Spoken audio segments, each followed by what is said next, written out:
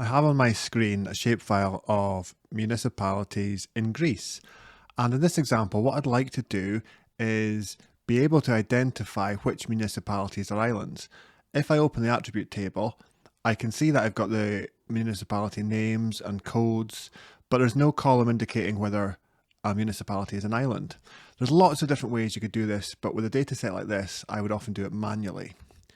So one thing I would do, because it's islands and I'm going to be selecting manually, I'm going to go to the project menu and I'm going to properties, and then in general, I'm going to change the background color to black. The reason for doing that is it just makes it easier for me to see those areas I've selected because they become yellow and I find it easier to see it on a black background.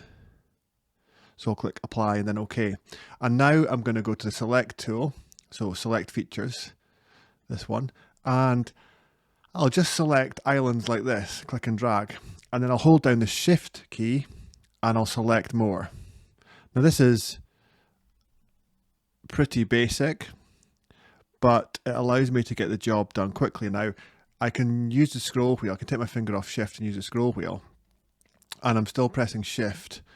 And so this one here, I'm going to press shift and I'm going to click it again because I accidentally got one that's not an island. So I can unselect by hold down shift and click it again. And I will just move around the map. It's easy to accidentally deselect features, so don't left click on a blank area. Hold down shift and then we can select features. Now you might think this is a bit tedious, but it's a really simple and effective way of doing it. So this one here, I click this island, I realize it's part of the mainland, so I'll just click that to deselect it. And by doing this, we can quickly select them all. I'm going to pause it for a moment just while I select the final few. Okay, I think I've done them all, so I'm going to open the attribute table and I'm going to click on the little button to open the field calculator. It looks like an abacus. I'm going to add a new field called island. You could call it anything, but what I'll do, I could add a field called island and I want to indicate whether it is or isn't an island. So in this case, all I'm going to do is I'll just enter a 1 if it is an island. So notice that box is ticked for only update 84 selected features. So it's only going to add this value to the features I have selected, which are islands. So I'll just put the number 1 in here and leave everything else as it is. Click OK, and then we get a new column. So everything that's an island has a 1, everything else has a null. And what I can do now is I just need to stop editing. So when you do this new field calculation, QGIS turns the table to edit mode, and that little pencil button is what you press to turn it off edit mode. And when you do that, it will ask you if you want to save. So I'll click on that and I'll hit save. And now I'll deselect features and I'll close the table. Now let's go to the Greece municipality layer on the left, double click it, and we'll go to symbology. And this time, instead of single symbol, I'll go to categorized, and I'm going to categorize it by island. So that values there are 1 or null. So if I click classify and click OK, we see all the islands now have a different color. Now, this is often the case, maybe you've missed some, so let's check this one.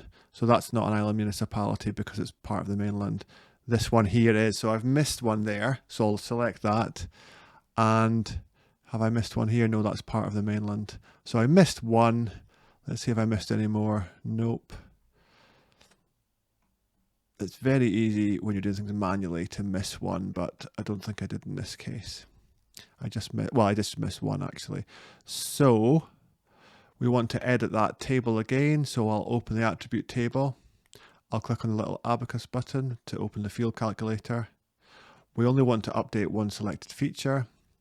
We're updating an existing field because we already added the island column, and I'll enter 1 there. I'll click OK. I'll turn off editing. I'll hit save. And then if I deselect features, that's now turned to green. So there's many different ways you could achieve this kind of thing, but sometimes I will just do things manually like this. It gets the job done. You do need to check your results, obviously, but it's an effective solution for this particular problem.